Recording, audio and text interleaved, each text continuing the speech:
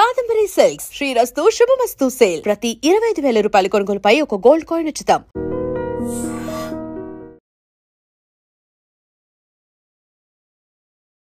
Welcome to I dream. నేను ఉదయశ్రీ. సమంత, రాజ్ నిడిమూరు ఇద్దరు ఒక్కటయ్యారు. Isha foundation లో వాళ్ళిద్దరు వివాహం చేసుకోవడం జరిగింది.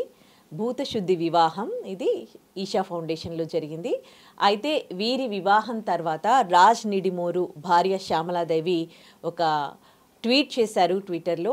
ఇప్పుడు అది హాట్ టాపిక్గా మారింది, వైరల్గా మారింది. ఇప్పుడు అందరూ అదే మాట్లాడుకుంటూ ఉన్నారు. దీనిపై మాట్లాడడానికి మనతో ఉన్నారు family counsellor, public speaker and motivational speaker Rajani Rama గారు. మాట్లాడదాం. నమస్తే అమ్మ. నమస్తే ఉదయ.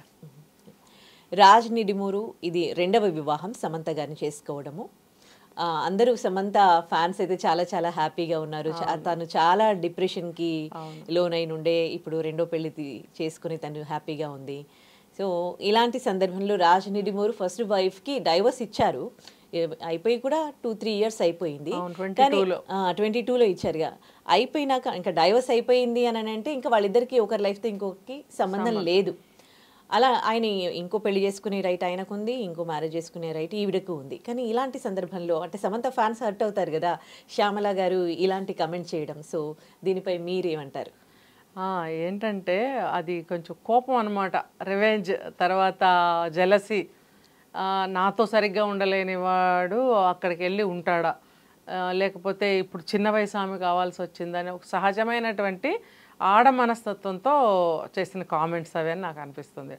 అయితే ఇంత ఎడ్యుకేటెడ్స్ అయ్యుండి ఫిల్మ్ ఇండస్ట్రీలో మూవ్ అవుతూ వాళ్ళకి కూడా కొన్ని కల్చర్స్ అనేవి అలవాటు పడి ఉంటారు. ఏంటంటే దేన్నైనా టేక్ ఇట్ ఈజీగా, కానీ ఇప్పుడు ఆ ఇండస్ట్రీలో సర్వసాధారణంగా ఇలాంటివి జరుగుతూ ఉంటాయి కాబట్టి టేక్ ఇట్ ఈజీగానే తీసుకుంటారు, తీసుకోవాలి. ఇంకొకటి ఏంటంటే తను వద్దు అనుకున్న తర్వాత ఇద్దరు అనుకునే డివోర్స్ తీసుకున్నప్పుడు అంటే ఎట్టి పరిస్థితుల్లో కంప్లీట్గా ఇంకా నువ్వు నేను కలిసి ఉండలేము, విడిపోదామంటే విడిపోదాము అని కరాఖండిగా ఖచ్చితంగా అనుకున్న తర్వాతే వాళ్ళు ప్రొసీడ్ అయి ఉంటారు. అండర్స్టాండింగ్తో అయ్యే ఉంటాయి. చిన్నపిల్లలు ఏం కాదు, ఇంత 50 ఇయర్స్ ఏజ్ వచ్చిన తర్వాత తీసుకున్న నిర్ణయమే. మరి అలాంటప్పుడు ఆ మైండ్ అనేది కంట్రోల్లో తను ఉండాలి. ఆ వదిలేసుకున్న వస్తువు మీద మళ్ళీ మనము ఎటువంటి మాట కానీ లుక్ కానీ వేయకూడదు. ఇప్పుడు at the same time Naga Chaitanya తర్వాత సమంత విడిపోయినప్పుడు వీళ్ళిద్దరు కూడా ఏం మాటలు అనుకోలేదు, అసలు అనుకోలేదు. ఏ రీజన్తో వాళ్ళు విడిపోయారో వాళ్ళ రీజన్స్ వాళ్ళకు ఉంటాయి. ఉన్నా కూడా వాళ్ళు ఒకరికొకరు ఏం మాటలు అనుకోలేదు. నాకు సమంత కంటే కూడా అప్పుడు కొంచెం నెగిటివ్గా వచ్చినాయి న్యూస్లు. ఈవిడే వెళ్ళిపోయింది, ఏదో మూవీలో ఏదో యాక్ట్ చేస్తే నాగ చైతన్యకి నచ్చక వదిలే ఏదో వచ్చేసాయి. అవన్నీ ఎంతవరకు కరెక్ట్ రాంగ్ అనేది మనకు తెలియదు. కానీ నాగ చైతన్య మాత్రం ఎక్కడ ఒక కామెంట్ చేసినట్టు నాకైతే గుర్తులేదు, అస్సలు చేయలేదు. అదే నేను అనుకున్నా, ఎంతసేపు సమంత సైడ్ ఇలా అంటున్నారు, నాగ చైతన్య ఎస్ అని ఎక్కడ అనలేదు అని ఇంట్లో మేము కూడా డిస్కస్ చేసుకున్నాం. అలాంటప్పుడు అంటే వీళ్ళు ఇంకా యంగ్లో ఉన్నారు. యంగ్లో ఉన్నప్పుడు ఇంకా అన్ని భావాలు ఉధృతంగా ఉంటాయి. కరెక్ట్. మరి వాళ్ళు ఒక ఏజ్కి వచ్చినప్పుడు ఒక అండర్స్టాండింగ్తో విడిపోయిన తర్వాత మళ్ళీ సపరేట్ ఇండివిజువల్ లైఫ్ వచ్చేసిన తర్వాత వాళ్ళ మీద కామెంట్స్ చేసే రైట్స్ ఎవరికి ఉండవు. అప్పుడు నీ ఇష్టం, ఇప్పుడు ఇతనితో కానీ ఈమెతో కానీ నీకు కుదరినప్పుడు నా ఇష్టంగా నేను బ్రతుకుతాను అని విడిపోయినప్పుడు, నా ఇష్టంగా నేను బ్రతుకుతున్నప్పుడు మళ్ళీ నువ్వు వచ్చి ఇంకో కామెంట్ అవసరం లేదు. అంటే కడుపు మంటతోటి కోపంతో అనే మాటలు అనమాట అవన్నీ. ఇవి ఏంటంటే మళ్ళాంటి వాళ్ళకి పబ్లిక్కి మేత, అసలు వాళ్ళకి ఏం ఫరక్ పడదు. ఇక్కడ సమంత ఫ్యాన్స్ బాగా నచ్చుకుంటారు. డెస్పరేట్ పీపుల్ అంటే ఆవిడ ఆల్రెడీ చాలా సఫర్ అయిపోయింది, ఏది ఇప్పుడు హ్యాపీగా ఉంటుంది అంటే ఏంటి కామెంట్స్ అని. ఒక టైంలో చాలా నేను కూడా బాధపడ్డా సమంత గురించి. తను లోన్లీ అయిపోయింది. హాస్పిటల్ నుంచి కూడా కొన్ని మెసేజెస్ తను పెట్టింది. లోన్లీగా ఉన్నాను, హౌ టు క్రాస్ అట్లాంటివేవో పెట్టింది తను కూడా. మరి ట్రీట్మెంట్ తీసుకునేటప్పుడు చాలా ఇబ్బందులు పడింది. తనకి ఒక అనారోగ్యం చేసినప్పుడు హెల్ప్ కానీ నా అనేవాళ్ళు కానీ ఎవరు దగ్గర లేరు. ఒక డిప్రెషన్కి వెళ్ళిపోవడం, ఒక వైరాగ్యంలోకి వెళ్ళిపోవడము. కానీ తను మళ్ళీ రికవర్ అయ్యి బయటకు రావటం అనేది నాకైతే చాలా వండర్ అనిపించింది. అది చాలా కష్టతరమైనటువంటి డిసీజ్ ఏదో విన్నాను నేను. అయితే మరి కోలుకొని బయటకి రావటం అనేది గాడ్ గిఫ్ట్ అని చెప్పుకోవాలి.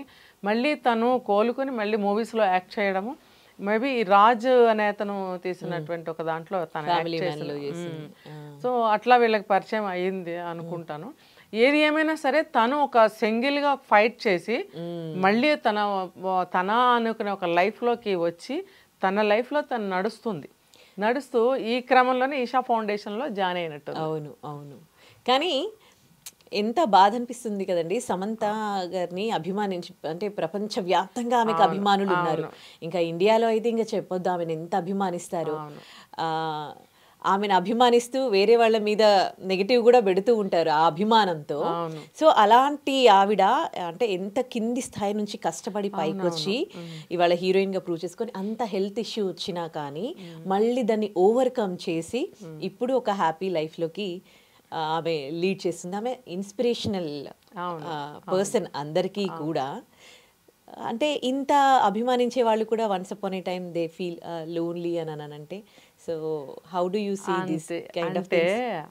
కొన్ని సమయాల్లో అన్నీ ఉన్నప్పుడే సామెత చెప్తారు, బెల్లం ఉన్నప్పుడే ఈగలు చుట్టూ మూగుతాయని. అలాగే మనిషి అన్ని విధాలా బాగున్నప్పుడే, ఒక ఫేమ్లో ఉన్నప్పుడే చుట్టూ తిరుగుతారు జనం. ఆమెకి ఏమీ లేదు, ఒక సిక్ అయింది, లేకపోతే మనీ లేదా, లేకపోతే మనుషులు లేరా, ఆమెకు ఏ రకంగా చూసినా ఎవరు హెల్ప్ లేరా అన్నప్పుడు ఎవరికి వాళ్ళు వెనకంజే వేస్తారు. మానవ నైజం అది. ఇది ఎవరు దేవుళ్ళు కాదు ఇక్కడ, ఇది ఆ యుగం కానే కాదు. అమ్మ మనకెందుకులే, ఇప్పుడు ఏం ముట్టుకుంటే ఏం అంటుకోవాల్సి వస్తుందో, ఏం అంటుకుంటుందో, ఇలా అనుకుని అందరూ దూరంగా ఉండేవాళ్ళే.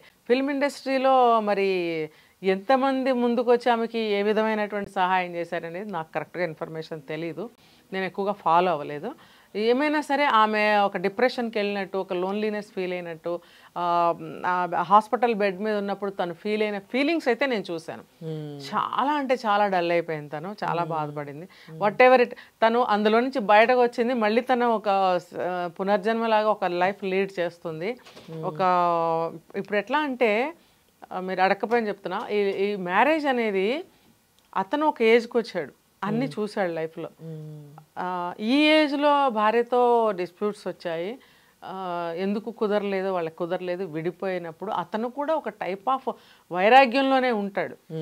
ఎంత బిజినెస్ మ్యాన్ అయినా కూడా, ఎంత మగాడైనా సరే అతనికి కూడా లోపల అనేది బాధ ఉంటుంది, ఒక వైరాగ్యం అనేది ఉంటుంది. అట్లానే సమంత కూడా ఒక డిప్రెషన్లోకి వెళ్ళి అనారోగ్యం పాలయ్యి ఎవరు లేని ఒంటరితనాన్ని అనుభవించి తను ఒకలాంటి వైరాగ్యానికి వచ్చిన మనిషే. కాబట్టి ఈ ఇద్దరు మనస్తత్వాలు ఇక్కడ కలిశాయి. ఇన్ బిట్వీన్ తను ఒక ఈషా ఫౌండేషన్లో జాయిన్ అయ్యి యోగా సిస్టమ్స్ అన్నీ నేర్చుకొని అందులో తను ఇన్వాల్వ్ అవ్వడము, తనకు అవి నచ్చడము, ఇట్లాంటివన్నీ జరగడం వల్ల తను ఆ సిస్టంలో మ్యారేజ్ చేసుకుంది అనేది అర్థమవుతుంది. రైట్. ఇప్పుడు తను హ్యాపీగా ఉండాలని కోరుకుందాం. ఎనీవేస్ ఖచ్చితంగా తన మ్యారీడ్ లైఫ్ బాగుండాలని నేను భగవంతుని కోరుకుంటున్నాను. రైట్, థ్యాంక్ యూ అమ్మా. Thank you. నిజంగా ప్రస్తుతం ఉన్నటువంటి సమాజం దేనికి ప్రయారిటీ ఇస్తుంది? ఆర్థిక సంబంధాల చుట్టూ మాత్రమే తిరుగుతుంది. మళ్ళీ ఎన్నికలంగానే చాలా విరక్తి కలుగుతాను. మంచి అనిపిస్తుంది కదా, లేడీస్ కూడా ఛాలెంజింగ్ జాబ్స్ చేసినప్పుడు చాలా బాగుంటది. ఫుడ్ డెలివరీ ఇవ్వటానికి వెళ్ళినటువంటి డెలివరీ బాయ్ అనిల్ పై కళ్ళ ముందు